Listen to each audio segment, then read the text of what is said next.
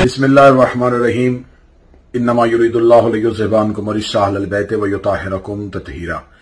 अस्सलामु अलैकुम या अली अलैहिस्सलाम मदद। मोमिनीन इकराम, चंद रोज पहले एक इंतहाई नाखुशगवार वाकया पेश आया कि एक लावलद ने जनाब हजरत इमाम मूसा काज़िम अलैहिस्सलाम, आइमा इत्तहार और शहजादी नरगिस सलामुल्लाह अलैहा की गुस्ताखी की।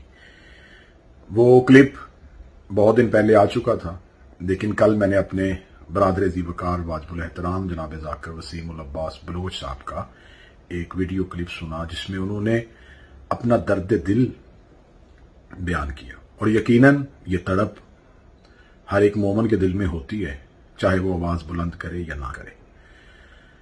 लिहाजा अपने भाई की इस वीडियो के बाद मैं इस वीडियो को उनकी तायीद के साथ इस अंदाज में अवाम के सामने पेश कर रहा हूं कि आखिर ये सब कुछ हो क्या रहा है और ये सब कुछ होने क्यों जा रहा है।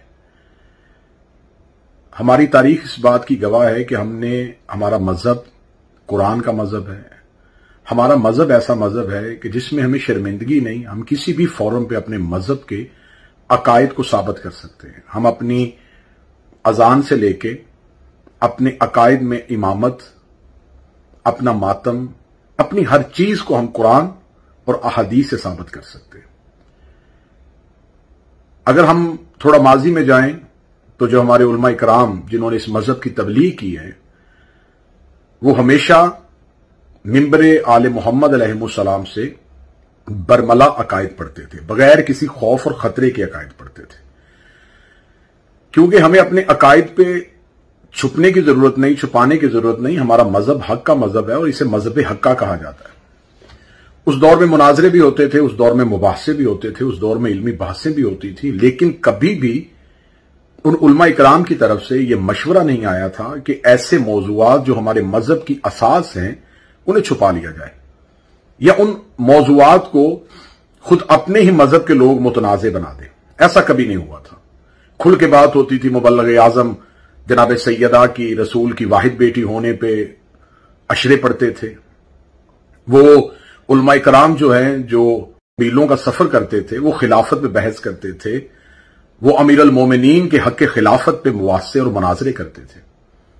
लेकिन आज के दौर का खतीब, आज के दौर का जाकर परेशानी में इसलिए है कि आज के दौर और खतीब को, जाकर को, जब वो शिया अकायद पढ़ता है तो उसे फसादी कहा जाता है, उसे MI6 का एजेंट कहा जाता है, उसके लिए अरसा हयात को तंग कर दिया जाता है। दुश्मनान की और दुश्मन मजहब की ताकत के सहारे से उसकी आवाज को बंद कर दिया जाता है। तो मेरी गुजारिश यह है कि जब हमें अपने मजहब पे कोई शर्मिंदगी नहीं है तो हम अपने मजहब के अकायद को आजादी के साथ क्यों नहीं बयान कर सकते? क्या अगर हम आज अपने बच्चों को नहीं बताएंगे कि जनाब सैयदा का दरबार में जाना हक था, अगर आज हम अपने बच्चों को नहीं बताएंगे कि खिलाफत अमीर अल मोमिनीन का हक था, अगर आज हम अपने बच्चों को नहीं बताएंगे कि बनु उमैया और बनु अब्बास ने किस तरह हमारे आइमा को शहीद किया, कौन सी साजिशें थी जो जमल और सफीन में इमामत के मुकाबले पे आई, उन लोगों के चेहरे अगर आप नहीं दिखाएंगे तो हमारी नस्लें गूंगी हो जाएंगी। आज हम इस खामोशी के साथ अपनी नस्लों को इस मोड़ पे ले आएंगे कि एक वक्त आएगा कि हमारी नस्लें, हमारा अकीदा किताबों से निकल के जुबानों से बयान होना जब खत्म हो जाएगा तो हमारा अकीदा कहां से ढूंढेंगे, इस मजहब को कहां से तलाश करेंगे? तो हुजूर, मेरी गुजारिश यह है कि अगर ये जुबानें खुल रही हैं तो हमें अपनी बेबसी का जहां पे इजहार करना है, जहां हमें तकलीफ हो रही है, जहां हमारे, जैसे कि मेरे ब्रादर की बेसाख्ता आंखों से आंसू निकल रहे थे और उनकी चीखें निकल रही थी, ये यकीनन एक दर्द दिल रखने वाले मोमन की पहचान है। लेकिन हमें इसका जवाब इस अंदाज में भी देना होगा कि अगर तुमने हमारे सच्चे इमाम की, सदीका मां की तहारत पे जुबान दराजी की है तो फिर हमें इख्तियार है कि हम हर किसी की मां का किरदार बताएं। फिर हम बताएं कि कौन सी औरतें हैं जिनके घरों पे झंडे लगे होते थे, वो कौन सी औरतें हैं जो झंडे की वजह से पहचानी जाती थीं, वो कौन सी औरतें हैं कि जो अपनी औलाद की वल्दियत को जरगे में, गले में फूलों के हार डाल के बताती थीं। फिर हमें बताना पड़ेगा कि कौन कौन सी औरत कहां कहां, किस किस के मुकाबले पे मैदान में उतरी थी। जब हम हकीकत आपके सामने ले आएंगे तो फिर एक तमाशा हो जाएगा, फिर सड़कें बंद हो जाएंगी, फिर एहतजाज हो जाएंगे, फिर हमारे अपने भी ये नारा बंद करना शुरू कर जाएंगे, तौहीन हो गई मुकद्दसात की। तो क्या हमारे मुकद्दसात नहीं? क्या इस मुल्क में हजरत अबू तालिब की तौहीन नहीं हो रही? क्या इस मुल्क में यजीद को रजी अल्लाह नहीं कहा जा रहा? क्या इस मुल्क में हजरत इमाम हसन अलैहिस्सलाम को माज़अल्लाह बागी नहीं कहा जा रहा? जितनी देर तक मैं पाकिस्तान में मौजूद रहा, मैंने हर मुमकिन कोशिश की कि मैं हर जुबान, जो भी कुत्ता कहीं से भी भौंकता था, उसकी जुबान का जवाब देता था। लेकिन मुझे सिला क्या मिला? अपनों की तरफ से गद्दार, MI6 का एजेंट और पता नहीं कौन कौन से इल्जामात। बिलाखिर मुझे जिला वतनी करनी पड़ी और जिला वतनी पे कह दिया कि वो भाग गए। 5 मुहर्रम की बकुए के बाद 7 मुहर्रम तक मैं पाकिस्तान की सड़कों पर रहा हूं। लेकिन जब मुझे खबर हो गई कि कहां कहां से कौन कौन सी साजिश हो रही है, तो फिर हमारा जिंदगी बचाने का मकसद यह है कि जिंदगी हमने वक्फ की है आले मोहम्मद के लिए। अभी हमने जिंदगी से बहुत से काम लेने हैं, अभी बहुत सी आवाजें ऐसी हैं जिन्हें हमें खामोश करवाना है। हमारी नौकरी, हमारी ड्यूटी हमें मजबूर कर रही है कि बॉर्डर का सिपाही मोर्चा इसलिए बनाता है कि उसे खबर होती है कि गोली सीने पे तो खानी है, लेकिन कम अज कम दुश्मन को जवाब देने के बाद हम अब जामे शहादत नोश करें। यकीनन हर मोमन की आरजू है शहादत, लेकिन अभी बहुत से मकासद हासिल होने। मैं अल्लाह आले मोहम्मद को गवाह बना के कहता हूं कि जनाब सैयदा की इस्मत की कसम कि मुझ समेत जितने भी जाकिरीन पाकिस्तान में मजालिस पढ़े, उनमें से कोई भी गैर मुल्की एजेंट पे नहीं है, कोई गैर मुल्की एजेंडे पे नहीं है। सिर्फ हक की बात कहने वाली जुबान खामोश करवा दी जाती है कि उसने फसाद किया। इस्लामाबाद में मजलिस 4 मुहर्रम को पड़ी गई है, 1 मुहर्रम को मुझ पे गुजरांवाला बैन कर दिया गया। किस वजह से? कि 4 लड़के शिया हुए थे और कह दिया गया कि वो शिया नहीं थे। फिर उन्हीं के स्टाम्प पेपर अदालत में गए और अदालतों ने फिर उस पर्चे को खत्म किया। मैंने कभी अपनी सफाई किसी भी फोरम पे आके नहीं दी, किसी वीडियो बयान पे नहीं दी। मेरे वक्त का इमाम देख रहा है। मुनाफिकीन की तरफ से जो साजिशें हुई, हासदीन की तरफ से जो साजिशें हुई, उन सबको देखा और मामला करीम करबला की अदालत में छोड़ दिया। वक्त के इमाम आप गवाह हैं कि हमने ये सब कुछ क्यों किया था। अब मेरी गुजारिश कौम से यह है कि अगर आप चाहते हैं कि ऐसी आवाज कभी ना उठे, तो अगर कोई ऐसा गंदी नाली का कीड़ा कहीं से भी आवाज उठाता है, तो उसका जवाब उसे उसकी जुबान में देना होगा।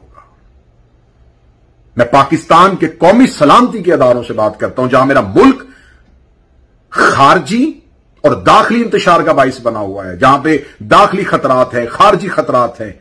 और कल अपोजिशन की जमातों के साथ पाकिस्तान की पाक फौज के सरबराह ने और DGISI ने जो एक मशावरती अजलास किया। यकीनन हम शिया इस मुल्क में मुहिब वतन हैं, हम इत्तेहाद पसंद हैं, हम चाहते हैं इस मुल्क में अमन हो, हम चाहते हैं इस मुल्क में हर एक को मजहबी आजादी हो।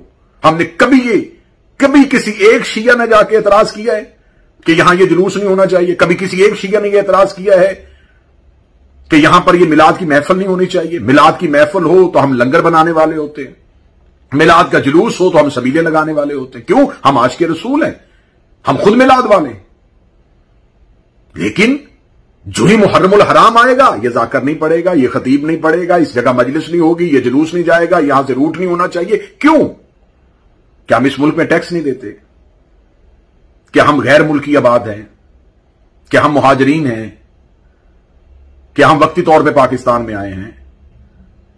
तो मेरी गुजारिश है वजीर आजम Pakistan, chief of army staff general Qamar Javed Bajwa, DGISI general Faiz Hameed sahab से, कि जहां आप इतनी जुर्रत के साथ इतने दलेराना फैसले कर रहे हैं कि हम कोई गैर मुल्की ताकत, और यकीनन आपने ये जो आवाज उठाई है, ये हर मुहिब वतन की आवाज है, ये मेरी आवाज है, ये हर मुसलमान की आवाज है, ये हमारी गैरत अमानी है कि यह सरजमीन हमारी मां है और हम अपनी मां पे कभी किसी गैर का कदम नहीं देख सकते। यकीनन ये आपके फैसले जुर्रतमंदाना और दलेराना है, लेकिन मेरी गुजारिश यह है कि इस जुर्रतमंदाना और दलेराना फैसलों के साथ आप अपने मुल्क के अंदर पैदा होने वाले इन इख्तलाफात की वजह ढूंढें। आप रद्द अमल पे तो एतराज करते हैं, आप अमल पे एतराज क्यों नहीं करते? हमेशा रद्द अमल आता है अमल पे।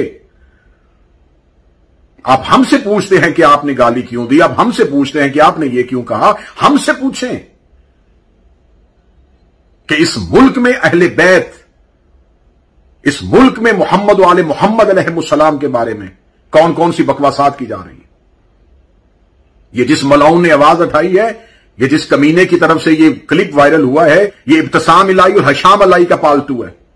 وہ آزاد ہیں، ان سے مشورے لیے جاتے ہیں، اور وہ دین کے ٹھیکیدار ہیں. وہ کوئی بھی بات ہوتی ہے تو وہ فوراً ویڈیو کلپ بنا دیتے ہیں. وہ اہل سنت کے خلاف بھی بناتے ہیں، وہ اہل تشیع کے خلاف بھی بناتے ہیں. لیکن اس ملک میں غلامی کا پٹا ہے تو صرف ہمارے گلے میں. میں گزارش کروں گا قومی سلامتی کے اداروں سے، وزیر اعظم پاکستان سے، عسکری قیادت سے، سول حکمرانوں سے، کہ ہم اس ملک میں واللہ بخدا امن چاہتے ہیں. ہم نہیں چاہتے یہاں فرقہ واریت ہو، ہم نہیں چاہتے یہاں دنگا اور فساد ہو.